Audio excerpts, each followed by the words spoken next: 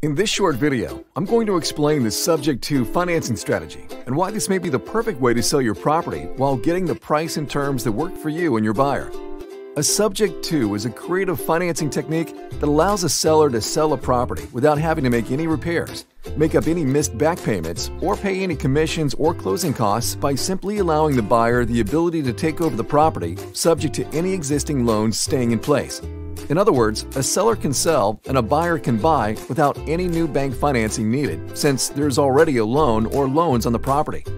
Sub transactions are becoming increasingly popular in today's economy as getting traditional financing from banks becomes more challenging.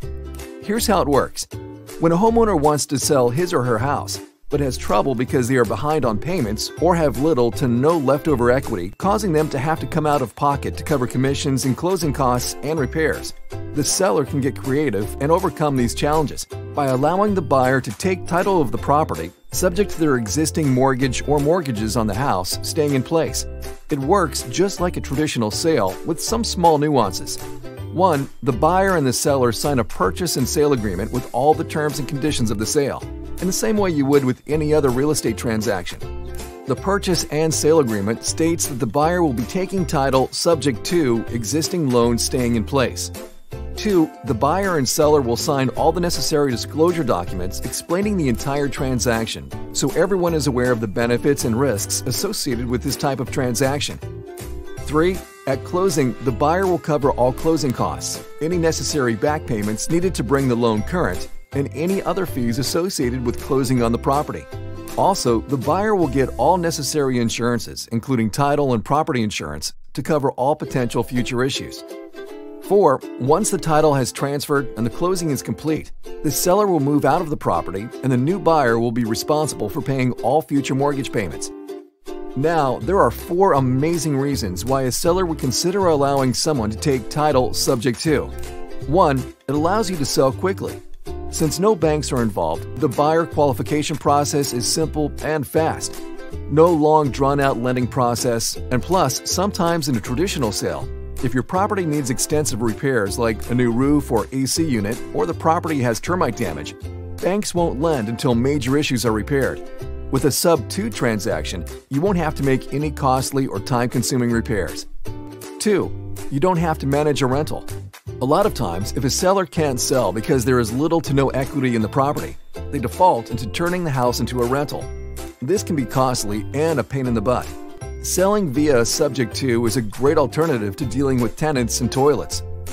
3. You get the price you want. Typically, the reason you would allow someone to take title subject to the mortgage is because you are getting the price you want for the property instead of selling it at a big discount and possibly having to come out of pocket. In exchange, you work with your buyer on giving them good terms, and everyone comes out a winner. 4. It's a simple, fast way to sell a property. Real estate investors are easy to deal with, as opposed to owner-occupants. All the paperwork will be handled by the investor or the closing agent. No commissions or closing costs are typically associated with this type of sale, and since there are no banks involved, the approval process is as easy as a few conversations between you and the buyer. On the flip side, there are 2 major downsides to allowing a buyer to take title subject to. The first one is if the buyer stops making the mortgage payments. Since the loan is technically still in your name, this will negatively affect your credit score, especially if the issue is not caught quickly and remedied. The good news is that we have certain processes we put in place to ensure this type of thing doesn't happen, such as using a third-party servicing agent where all payments are made and receipts are given. This ensures that no missed payments occur without your immediate notification. Plus, since we have never been foreclosed on or missed any payments on any of our obligations, you can rest assured that our track record speaks for itself. And the second downside is in the event you are selling this house to move to another house and plan to get a new mortgage, you need to check with our new mortgage underwriters as to whether or not you qualify for having 2 mortgages at the same time. Otherwise, you may want to rent for a little while. Other than that, by getting creative and participating in helping the buyer get financing, this type of transaction can quickly become a huge win-win for everybody involved. Let's end this video by looking at a quick example of a subject to transaction. Let's say Sarah wants to sell her property that was built in the 1980s that she has owned for 5 years. The property is worth $100,000, but she still owes $90,000 on the mortgage, and she is stressed and having trouble making the payments, and is now 2 payments behind. She knows that selling and downsizing is the right thing to do so she can get back on her feet.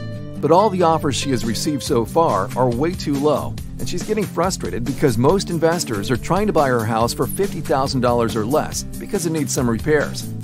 That's when clever investor Bob comes and asks Sarah if she would be interested in getting creative and allowing him to take title subject to the mortgage.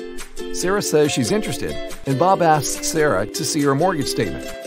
Sarah digs one up, and Bob sees that Sarah has a monthly payment of $875, which covers principal, interest taxes, and insurance. Bob sees that rents in the area are $1,250 a month, and Bob thinks Sarah's house would make a great rental property once it's fixed up a bit. So Bob makes Sarah a creative offer to buy Sarah's property for $90,000, which is the remaining balance of what she owes. Give Sarah $2,000 in move-out money, pay back the 2 missed payments, and make the loan current, and to take over her property subject to the existing mortgage staying in place with no repairs needed, and Bob covering all closing costs. Bob then shows Sarah all the disclosures and paperwork, and once Sarah felt comfortable with Bob, she agrees to the deal. This is a win-win for both Sarah and Bob, and it only happened because Bob and Sarah took the time to look at a creative way to sell a property.